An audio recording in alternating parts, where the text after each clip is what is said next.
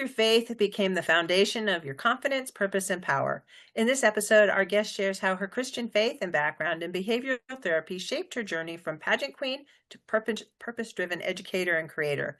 Discover how to walk boldly in your calling, redefine success through faith, and live a life that reflects divine alignment. Hi, and welcome to the You World Order Showcase podcast, where we feature life, health, transformational coaches, and spiritual entrepreneurs stepping up to be the change they seek in the world. I'm your host, Jill Hart, the Coach's Alchemist, on a mission to help coaches and entrepreneurs amplify their voice, monetize their mission, and get visible. If you're ready to start attracting premium clients without chasing algorithms or hunting people down like a banshee on a mission, head over to coachesalchemist.com and schedule your free client acquisition audit. It's the first step to building a business where your clients seek you out rather than having to hunt them down. Today, we are chatting with Christella Ilunga. I'm sorry. Can you pronounce it? Ilunga. It's okay. Ilunga. Christella is a Congolese-American creator, educator, pageant queen, and spokesmodel, passionate about development and enrichment. With a background as a behavioral therapist, she helps others cultivate a purposeful mindset rooted in faith and personal growth. Her work bridges inner transformation and outward confidence, inspiring others to follow God's path for their lives. Christella is also the author of Purposeful Mindset ebook, a guide to aligning faith, identity, and purpose in today's world. Hi, and welcome to the show, Christella. It's great to have you with. So let me ask you the big question. What's the most significant thing, in your opinion, as individuals we can do to make an impact on how the world is going? For me, that would definitely be finding your purpose for being here, regardless of who you believe in, what you believe in. There's a reason why you were created. And that reason, that moment, that environment, that place, that person, it's going to create a domino effect for someone else or a group of people. And that's how life works. I believe that life is all about how we interact with each other and how we impact and influence one another. So once you know who you are and why you are here, you can be that, and you're going to help to basically launch the next person, if that makes sense. It does make total sense to me, and I so agree with you in that we are all here for a purpose. We don't have to be the best at everything, but once we realize what our mission is, it's like the whole world opens up for us. Yes. So I know you got started in pageantry work, which is kind of an interesting place to come from to get into the coaching world. Do you want to tell us a little bit about your story and how you got there? So I actually attended a faith seminar called Pretty Preachers. There was a woman on there who is a pageant coach, and she also competed in pageantry. And I really liked how put together she was. I like how she spoke. I like how passionate she was about just what she was speaking on in general. And as we learned more, she said she would be willing to coach others in pageantry. I have never done a pageant in my life.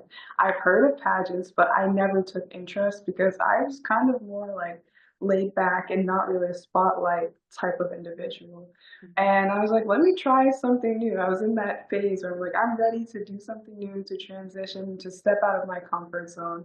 So that's how I got into pageantry. And one of my childhood friends actually said that it is something that she saw suited me well because it helped highlight the parts of me that only people who know me personally got to see. So it gave me that opportunity to show everyone else that. And I'm a more closed off person. So I didn't do that naturally. So it kind of pushed me into purpose.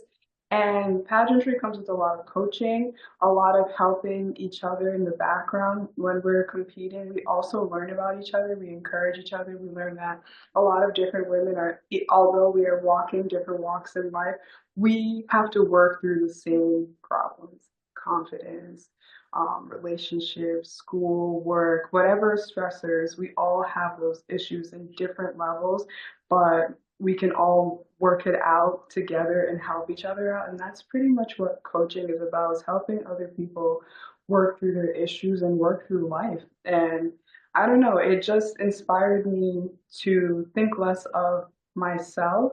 And I only really helped my clients at work. And I didn't ever think that I could help people I know or people I meet or just random people because everyone needs some type of help. And to transfer those skills from the foundation of ABA really helps me stand out as a coach because I bring that scientific approach to it. And I think it makes a difference with the people who I do work with. I think the thing about pageants that really interests me is, yes, you're competing, but not really. What you're doing is more showcasing. And yeah, there's a reward or whatever, but it's not that one person loses and another person wins. It's not like sports. Right. Everybody really wins. It's just one person is chosen to be the spokesperson for the next year or whatever the the reward is for being chosen at that time. You shone, your light shone brighter rather than other people were just not that great. Yeah, Do you, that is so true. I love that you put it in those terms because that's how I see it. Everyone has an appointed time to shine, and also they're looking for something specific that year, that time for that pageant system. And it just means that you have what they're looking to showcase at that time. And maybe it's not your time to win, but one day it will be. It's always something that I tell other women. And I always told myself, like, you will get your day. One day it'll be your turn. You know, it's like working with kids. You teach them how to take turns and how to wait and how to be patient and how to also encourage others and be a good sport when or while it's someone else's turn, things like that. yeah, and to be able to encourage each other, even though you're not the winning person, it's it's you're part of a community where we're just like celebrating this one person today, and tomorrow it will be your turn to be celebrated. So you can come with all of your gifts and be really happy for that person instead Right. of being sad for yourself. Oh, I didn't win. Well, Yeah. your moment will come. This isn't this isn't the sports field where, it's like there's only one victor and that victor is going to keep winning and winning and winning all the time, because it doesn't work that way in pageants. At least I haven't seen it work that way. Some women do actually win all of them. There are some very lucky, blessed, graced individuals who just are very good at all of the things that pageants require, and they are asked to participate multiple times in multiple pageants, and it does come across as off-putting. That's the word I'm going to use for some other girls, but it just means that that's how they shine the brightest and the best. And like you said, there is a time and a space, and maybe like you learn that maybe that's not what works for you, you know. But the pageant system, it does need one winner and then a bunch of very supportive and empowering women. It's a show. It is really a show, and you have to remember that when you're on stage. When other women are having a moment, you have to clap, you have to smile. One of the worst things that happens to a lot of pageant women is they get caught on stage with a face that they should not have on, and it gives you a bad reputation. And it takes a long time to remove it, a year or so, before they really forgive you and give you another opportunity, what I've seen for other girls. But it's something that one of my coaches told me my first go around. She told me, do not be that girl who gets caught in a photo or in a video being upset at another queen because it's poor sportsmanship. But yeah, it is, although it's a show and it some people, because they're coming from sports backgrounds, you have to understand like everyone's coming from something. Some women are lawyers.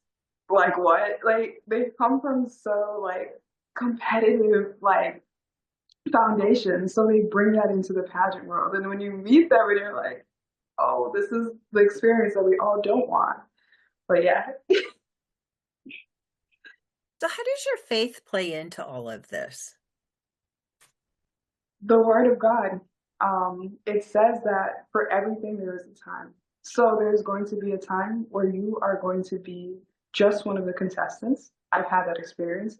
There's going to be a time where you get a special award. I had that experience. There's going to be a time where you get to be considered one of the stronger or standout competitors, which is placing. I've had that experience as well. And there's going to be a time where a different pageant system is watching and they say, you know what, we like what you did over there and we're going to take you and we want to use you. So it's really understanding that just like the fivefold ministries, there's a space and a place for everyone. That's how I see pageantry. What is my role here for this pageant? Last year I went to a pageant and I was like, I came here to just be a part of the experience. I was considered for one of the social media contest awards, and one of my good friends, she actually won.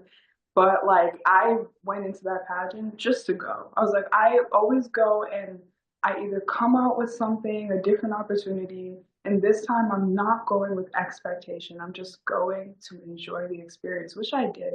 I wanted to build a community because the Bible also talks about building community, and that's something that I did not have.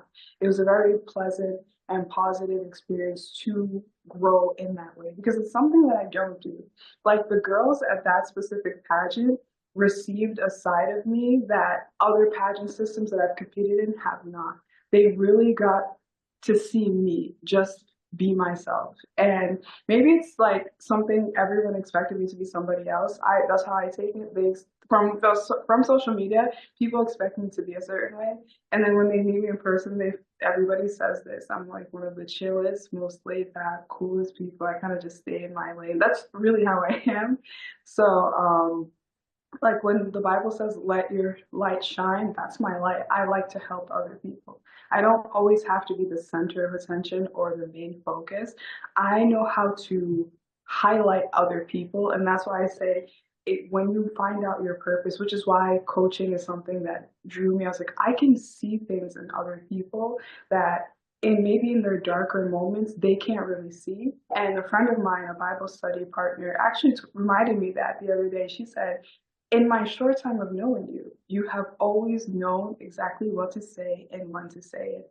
And that's why I believe that we need to be obedient or some people use the word align ourselves with what our strengths are because our strengths help build other people's strengths. Does that make sense? Total sense. You're speaking my language, girl. I I've long believed that we all come here with a purpose. We have things that we're really good at and other things that we're really not that good at, and it's okay because somebody else is good at that. We don't have to be good at everything. We can just be really good at the things we're really good at and invite those who are really good at those other things to be really good at those things. And so Exactly. together we make beautiful symphonies. Um, Whereas if we're trying to like play all the instruments, it's going to sound like crap. Yes. That's exactly what happens. Not to put too fine a point on it. So, let me ask you this. What's the biggest piece of advice you tried that didn't work? Maybe when it comes to like being in pageants or in coaching or in life in general. I was gonna say, in life in general, do not, and I repeat, do not copy and paste other people onto yourself. You can be inspired by other people. They can serve as inspirational key pieces of what you would like to do. But always remember that you are as individual as a snowflake. If you try to embody someone else, you are going to fail miserably or you are going to miss out on what you could have done, a key point in your growth and development. Because you're not building yourself, you're building someone else onto yourself. It's like putting on like a costume or a dress that doesn't fit so you look funny or shoes that are way too small or way too big. You look ridiculous, you know? So when people tell you, oh, be like this person, or they already did it before, so you should do the same thing, or just follow how somebody else did it, you are not going to stand out as you doing what somebody else did. Simone Biles says that. She's not the next this person or that person. She's the first her, meaning that there's something about you that has to be different than other people, especially in pageantry, in coaching. There are so many pageant women. There are so many coaches. What makes you unique is what you bring to the table based on how you develop yourself. If you do everything that somebody else does, you're not developing yourself. You're just imitating and emulating someone else. And what if they were looking for that you who you could have been had you focus on being your unique self? And I blame the school system for this, not because they're wrong, but because they do tend to build us up to be a part of society, meaning to conform. And when the Bible says, do not conform to the patterns of this world, think for yourself so you can know what God's perfect will is for you, you have to take that very seriously. Because what everyone else is doing might be the exact thing that will make you miss out on an opportunity for you. If you do what everyone else does, like I went to a pageant, everyone was crying, everyone was sad, none of us placed. I had another opportunity offered to me because they liked how I was speaking and what I was posting during my pageant journey. So they're like, actually, if this doesn't work out, you come over here and be with us. And I'm like, oh, okay. So I wasn't really sad. But that's when I learned that I have a strong passion for empowering women. I saw everybody crying and I was like, why are you guys crying? And in my defense, I don't have a reason to cry because I know that I have another opportunity coming, right? They were really sad. And if I just had been like everybody else, like everyone was crying and everyone was just letting them, that wouldn't have sparked my biggest breakthrough of recognizing that I can positively influence the room around me. Usually when negativity occurs or sorrow occurs, I will run off. I don't want to be there. I don't want to be a part of it. That's conformity. It's like, oh, this is not my problem. This is not my issue. This is not my concern. This is not going to affect me in any way. I can be fine. But it's that moment where I decided, actually, I can decide to not make it my problem, but be a part of the solution. Now, that's a difference, right? That was my breakthrough. Recognizing that I have the power to do something for someone else, even if it's not going to benefit me in any way.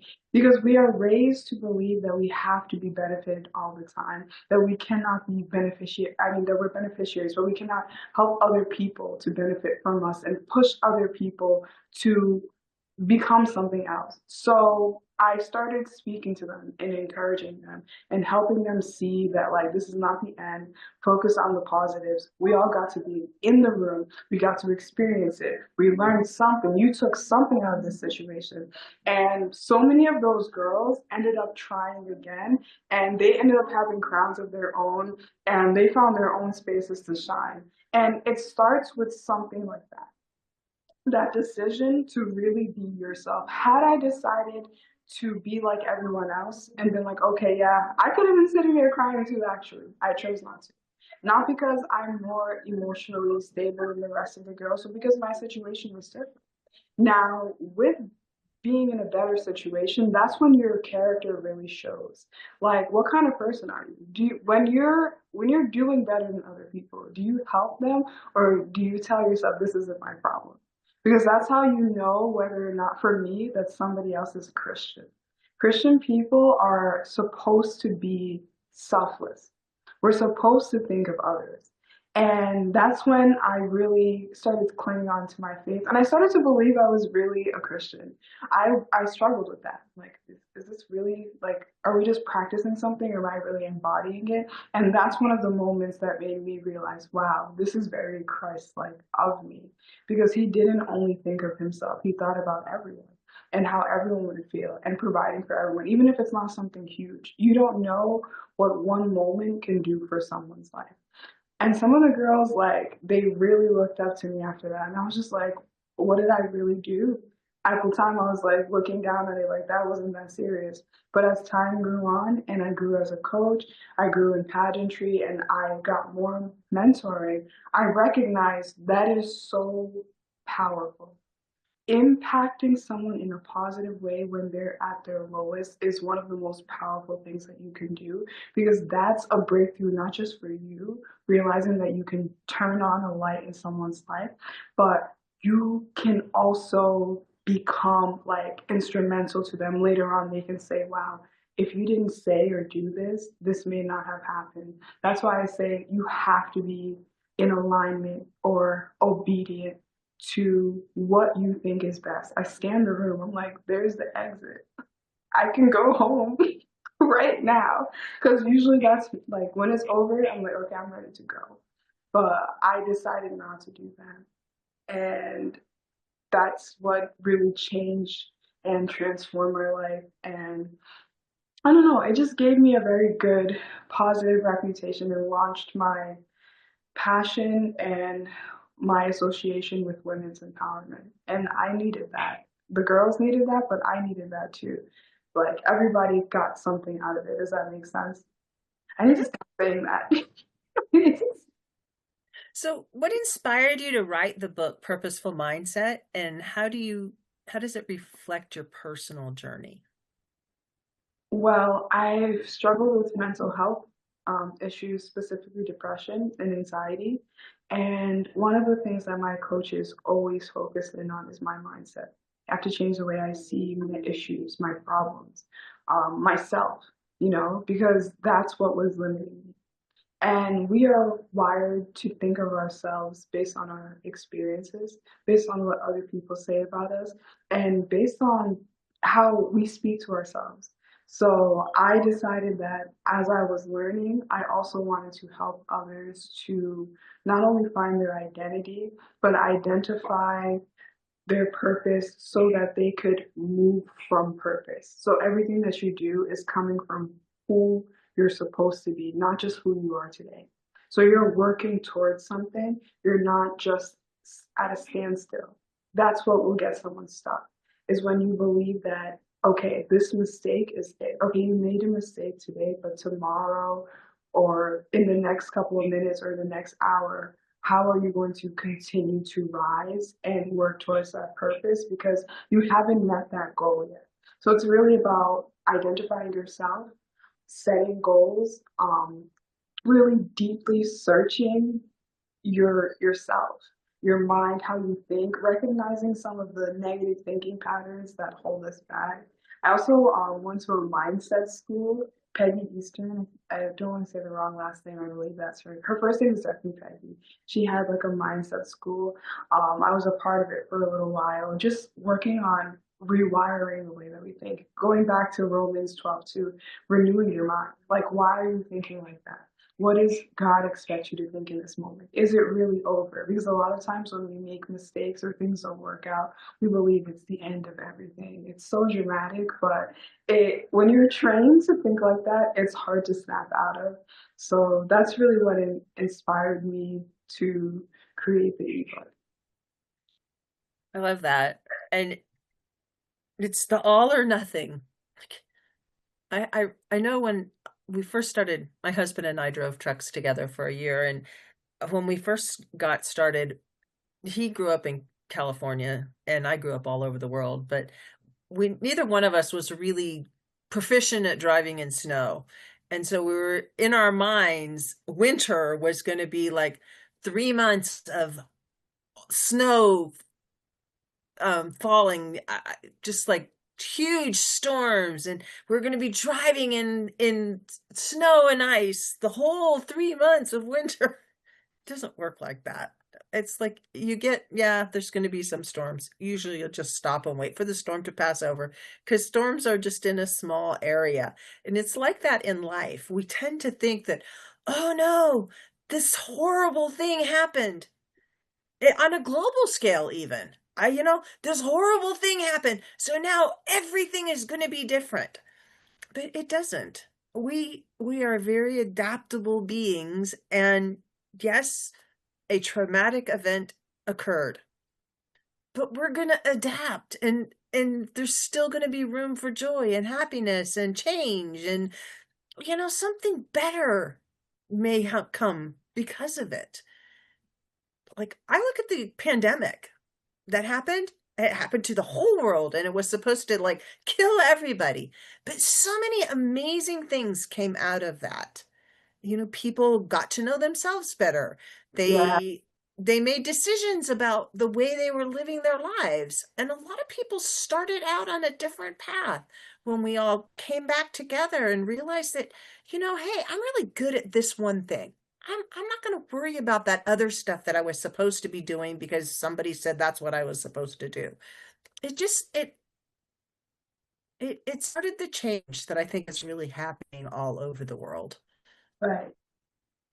It definitely did. I think that when people talk about snow, because I'm from Africa, I was born in Africa. I never had seen snow until I was 5 years old. So when people talk about snow, I think about my first time seeing snow, and I was so excited because I was a kid. But as an adult, when you see how people respond to snow, and you're like, oh, you really don't know what it's like to have a snowstorm. And it helps you kind of recognize that, like, we really all don't have the same experience. And we really, although we're all living in one world, we really do live in separate dimensions of the world. Like, and I could just imagine, like, your face if you had like 10 feet of snow and were like stuck in the house for days. Has that ever happened to you? In Mass, that It, happened to us when we were younger, and I was like, oh my God. it did happen. We were in the Colorado snowstorm, the St. Patrick's Day storm. God, Oh my God. it's like 2000 or 2001 or something. Maybe it was a little later. It was literally 5 feet of snow, and we had to dig our way out. My husband had to park outside of the cul-de-sac because it was literally over our waist to walk out into the cul-de-sac. You couldn't drive in it. And all the neighbors had to come out, shovel the snow.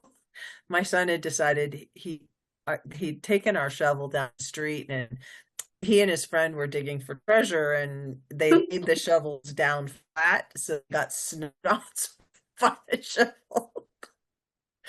But yeah, it's everybody experiences everything differently.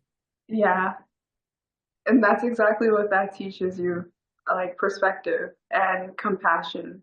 Because if you've seen snow all your life, and some people this happens, like down south, they get like this much snow and they start freaking out. So those of us who've had snow like our whole life, we just kind of look at them like, what? You know, like what is wrong with you guys? This is not that serious. We would go to school in that snow. Like life still keeps pushing. Like they'll shut down the whole city for snow. And it's not until like I actually went to the South that I was like, oh, this is why they react like that. Like this is unrealistic for them. Mhm. And as a coach, you have to understand that people's experiences are nothing like yours. Sometimes, and it's not everyone, sometimes coaches forget that. They connect with others and they're like, you remind me of me. And I'm like, yeah, but remember that I'm not you. I have a different background. I have a different experience. You know what I mean? Like, and you have to disconnect from yourself and disassociate a little bit so that you can really give your client what they need and you don't like project yourself onto them. And I know you're interviewing me, but I want to know how you work through that, or if maybe that's a private question to ask, because maybe that's something that you help people with. I'm willing to answer it, and it's really about holding space for people and allowing them to be who they are. I have a lot of technical skills. Like I can tell people how to do things that they need to do in order to get the bigger picture of what they want to do Right. versus having somebody um I'm not really good at having people come along and say, make me a star, because that's not my job. You're going Yeah. to shine how you're supposed to shine, but it's just like raising kids. If you encourage them in the areas that are naturally, they have a natural tendency towards, instead of trying to tell them what they're going to do, say, what do you like to do? And Yeah. how can I help you gather the resources to shine that light in the way that you were designed to shine it? And that's how I approach my clients. I don't, they're like, I'm old, so everybody's like a kid to me. And I love my children, and I think they're amazing human beings, but it was because I didn't send them to school and I really didn't grade them on anything. I didn't judge them about, who they fundamentally are. And I think schools do that a lot. And coaches will sometimes make you feel like they're judging you on how well you emulate what they're doing. And so you can't. They're just going to be who they're going to be. You can show them the tools and how to use the tools, but you can't really do it for them. It's their life. They're going to live it, and you should be excited by how they're going to live it and how they're going to take the other experiences that they've had and share those too, because you didn't have those experiences. So what you're presenting is just like a small piece. It's like we read lots of books. We don't just read one and figure that's it.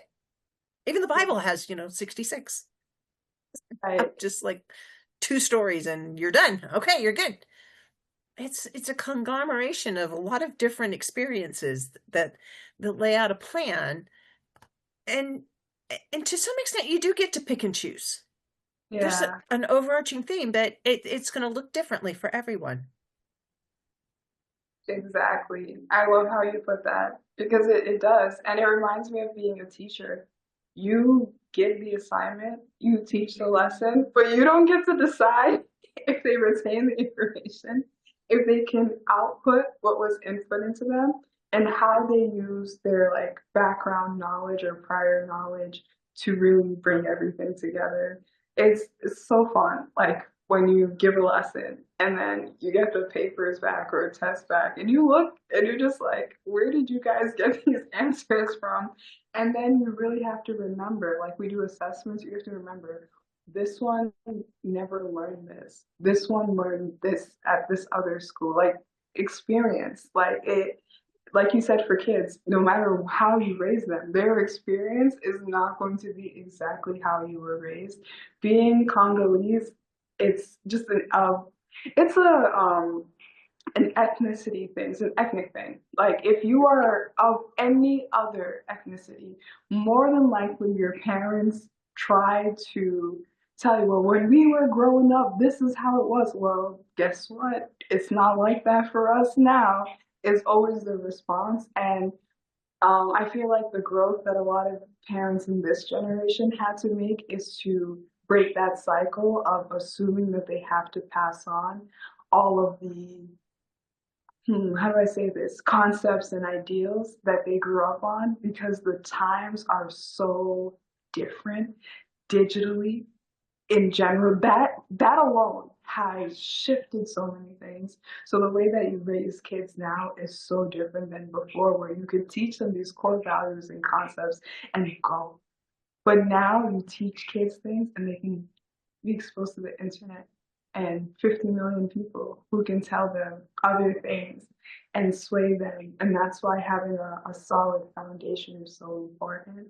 And I want to ask, like, how do you promote having a solid foundation? Because, like, I know, like, you asked me that question, and for me, it's finding a purpose. But for someone who does not have a purpose, how would you promote it? Finding a solid foundation in a world where you have so many different ideals and ideas being put in front of you every single day.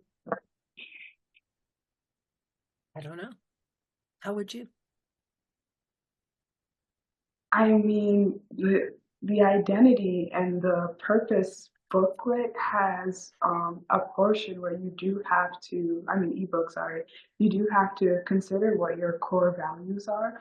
And once you identify core values, it's really a choice to like stray or sway from it. And when you do that, you betray yourself because you're like, this is who I am, and this is what I believe, and this is why I'm here. The moment you do anything contrary to that, you're basically telling yourself, no, actually, I want to be someone else. Actually, I don't even believe in what I believe in. So I guess that's like my way, always remembering that your beliefs should be the center of who you are, your core beliefs and values. Yes, they can change, grow, adapt, and develop, but only to a certain extent because it's the core of who you are. So you can't always do a 180 every single time. Otherwise, you're not a stable person. That's just my personal opinion. If every piece of information presented to you makes you do a 180, it makes you be completely different every time, you have no solid foundation. That's just how I see things. And I was wondering if other people think that's a little insane or extreme, but I don't know. I actually think it's really smart. And I can tell you from personal experience that once you do know what your core values are, and I would suggest, maybe like three or five, if you filter your whole life through it, it makes your life run smoothly. But when you don't know what your values are, what your core values are, the things that are like, they're your boundaries. Ultimately, people talk about boundaries, but they allow you to make decisions in your life about what you're going to do or how you're going to do it. And without having those core values, it's really difficult to not be swayed around and moved, because you're standing on shifting sand, as the Bible likes to say. Yeah, and the Bible talks about that. Two different houses that are built. One that can be easily tossed away into the sea because of the foundation, the way it's built on sand.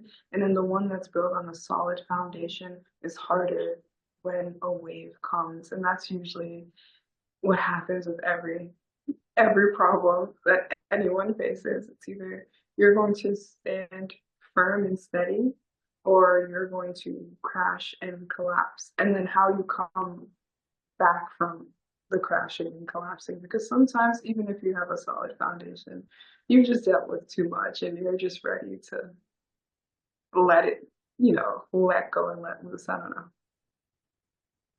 Yeah, but understanding and identifying what your core values are, it allows you to keep from getting crushed by all these pieces.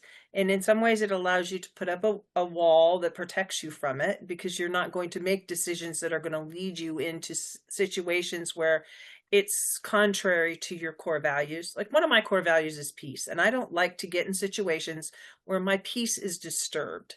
It makes my life miserable. And so I work really hard to only put myself in situations where I can experience peace and integrity and abundance for all.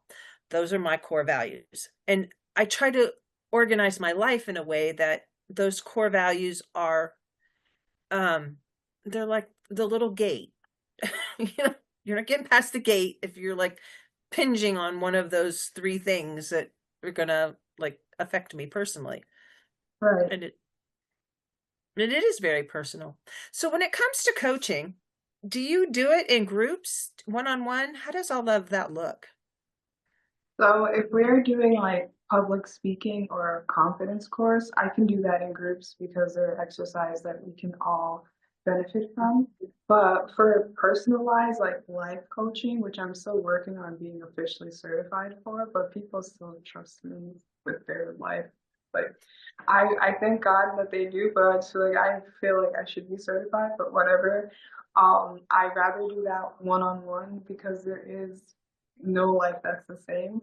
I can't give everyone the same advice. It's not going to help everyone in that time, space, and whatever it is that they're going on. It's not going, the advice will not be applied to each individual. So I guess it depends on why they're coming to be coached. But for confidence coaching, yeah, everyone can benefit from all of the same things, because the issue with confidence is always self-esteem, self-image, and what you say to yourself, like your inner script, in my opinion. And other people have other opinions, and I'm very open to hearing that. I feel like coaches can actually benefit from learning from each other, because that's how our clients grow.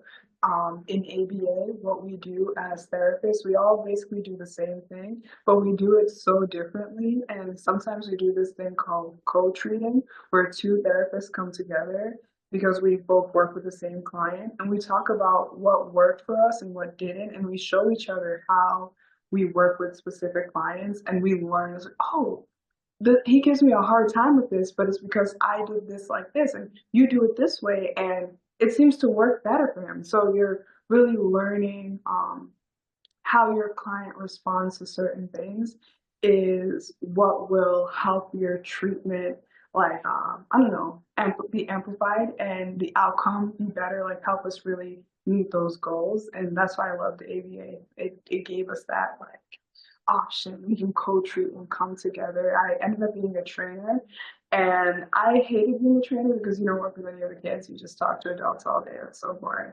Um, and part of the light work of that field is working, interacting with the kids, and just helping them to smile, watching people grow and develop. It's something that I just love. I'm like a stickler for it.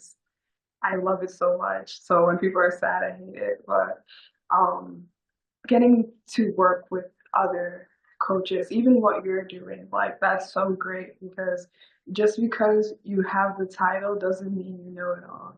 And everyone, no matter where you are in life, you have to learn from other people, especially people who do the same thing as you.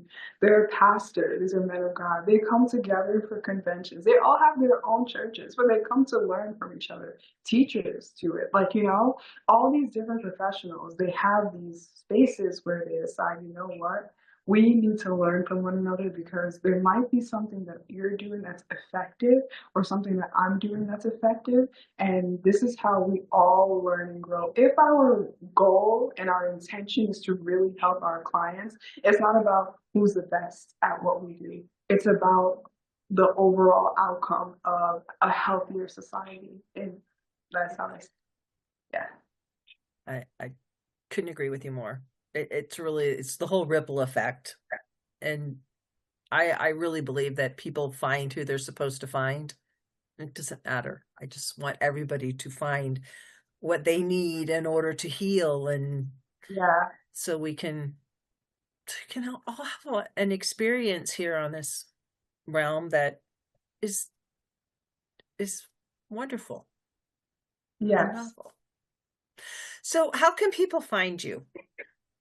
So I am working on the website. It used to be up. I have a lot of hard time keeping up with it, so I'm working on that.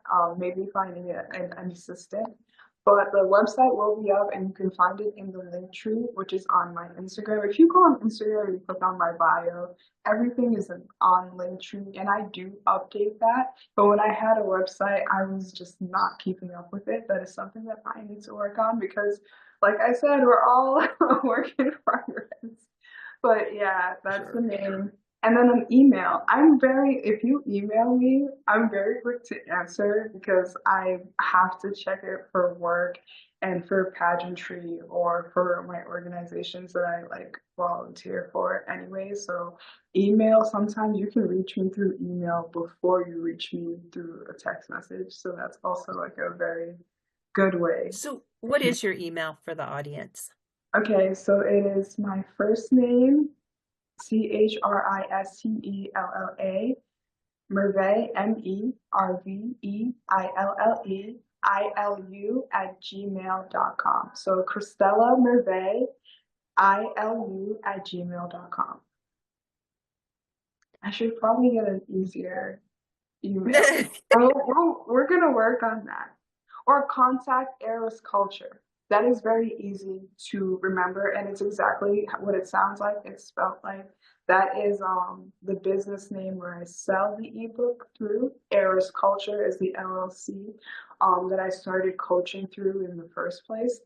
So that's also, yeah. So there's two. I don't know if we can put it on the screen somewhere. I would definitely put it in the show notes. Okay, there we go. That works. Okay. Thank you so much for joining us today, Christella. It's been a great conversation. Thank you for having me. I really appreciate it. And I'm actually looking forward to working with you one day because I think that the conversation, the questions that you ask, they're very beneficial. And you really have me thinking. And I don't know, I love to think a lot. I love when people like pick my brain and like make things turn and twist in there. So yeah. I love that. To learn more about Christella and to get her ebook, please visit Linktree. It's linktr.ee/Christella M. Laguna. Ilunga. Ilunga. It's God, okay. I was doing so good on that, and then I got the other thing in my mind, and then never know which one's right. Okay. So we'll be sure to put the link in the show notes too, as well as her email address and her Instagram account. Thanks for tuning in today to the You World Order Showcase podcast. If you're ready to amplify your voice, monetize your mission, and start attracting premium clients, your next step is simple. Head over to coachesalchemist.com and schedule your free client acquisition audit. Be sure to join us for our next episode as we share what others are doing to raise the global frequency. And remember, change begins with you. You have all this power to change the world. Start today and get visible.